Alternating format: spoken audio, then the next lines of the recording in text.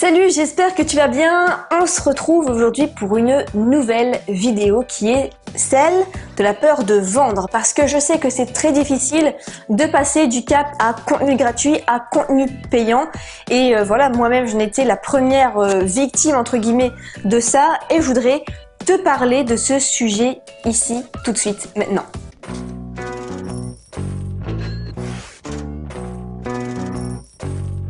Alors je sais pas ce que tu en penses, mais je trouve que les Français, ils sont quand même pas mal timides de la vente. Imagine si demain tu vas dans ta boulangerie du coin et que d'un seul coup le boulanger il ose pas te montrer sa baguette. Coucou, tu veux voir ma baguette? Enfin dit comme ça c'est un peu bizarre, mais voilà, il ose pas trop, tu vois, il sait pas si c'est bien de vendre sa baguette ou pas. Mais en fait non, pas du tout. Pour lui, tu lui demandes quelque chose, tu as faim, tu veux acheter, bien lui c'est normal qu'il te montre sa baguette. Enfin, pour lui, enfin c'est normal, il y a passé du temps, sa baguette, il sait qu'elle est bonne. Coucou, tu veux voir ma baguette? Et du coup, ben voilà, ça va lui vraiment paraître normal parce que il sait que tu l'aimeras cette baguette.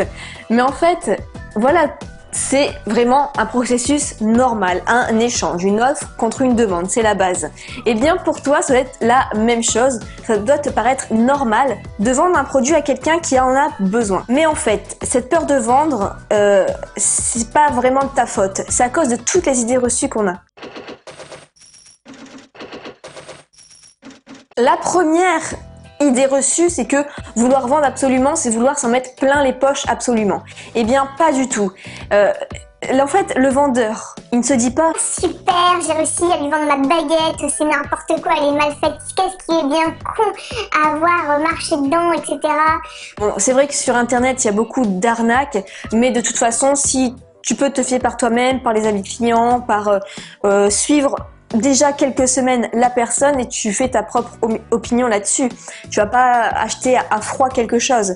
Mais non, acheter une formation, c'est vraiment un échange de valeurs. Toi, tu as passé beaucoup de temps à la créer, tu t'es vraiment beaucoup pris la tête pour donner le meilleur et la personne te l'achète en échange de l'argent. C'est comme si tu allais acheter une formation numérique version DVD sur, je sais pas, les pyramides de Khéops par exemple. Tu achètes de l'information, je sais pas, pour 15-20 € le DVD et t'en es largement content.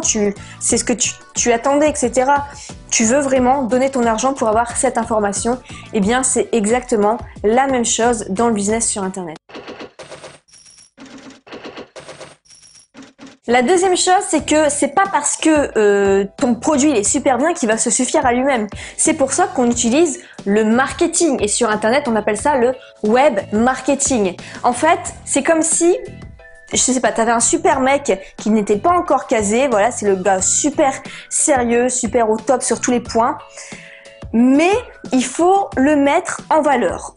Par exemple, on va le mettre en valeur sur son physique, sur comment il s'habille. Donc ça va être par exemple, si on prend la comparaison avec la page de vente, il faut que ce soit beau, des beaux titres, des belles images. Et le gars, comme il est bien, il a fait beaucoup de développement personnel, et bien comparaison du web marketing de ta page de vente, c'est toutes tes expériences, c'est tout, toi tu t'es formé pour ça, donc c'est le contenu vraiment à l'intérieur, ok?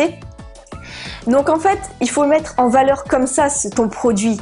C'est comme si tu mettais en valeur un beau gosse pour trouver une belle nana en fait.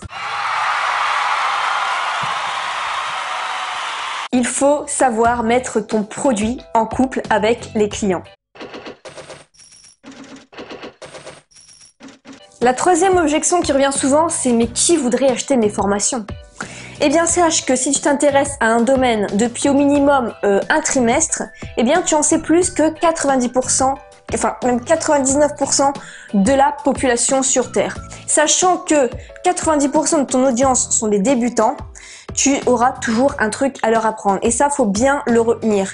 Si ça fait au moins 3 mois que tu te consacres chaque jour à apprendre par rapport à ta thématique, tu en sais plus que 90% de ton audience et tu auras toujours un truc à leur apprendre et du coup à leur vendre. Alors si vraiment tu as toujours malgré ça cette peur de vendre, eh bien fais la liste précise des raisons qui pour X ou Y font que peut-être quelqu'un peut te voir comme un imposteur, entre guillemets, quelqu'un qui n'a pas assez d'expérience.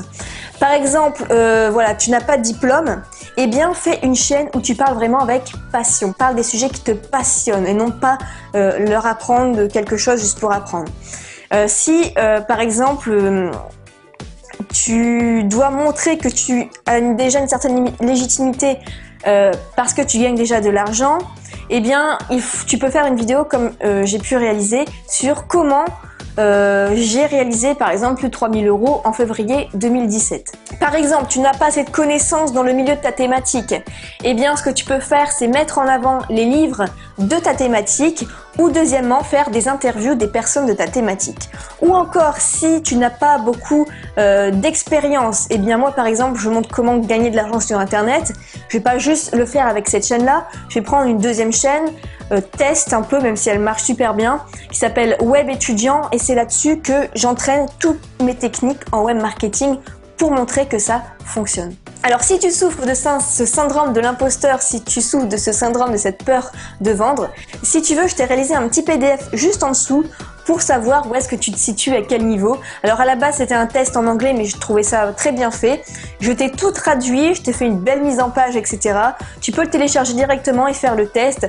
Pas besoin de mettre ton adresse email, etc. Tu cliques, t'accèdes directement au PDF. Comme ça peut être sympa. Et dis-moi un petit peu les résultats que tu as eu juste en dessous en commentaire. N'hésite pas à secouer le pouce bleu si cette vidéo t'a plu. Et on se retrouve dans la prochaine vidéo de dimanche prochain, où en fait, cette fois-ci, je te parlerai de la différence entre quoi mettre en gratuit et quoi mettre en payant justement dans les formations à vendre sur Internet. Je te souhaite une excellente journée et je te retrouve à dimanche. Salut!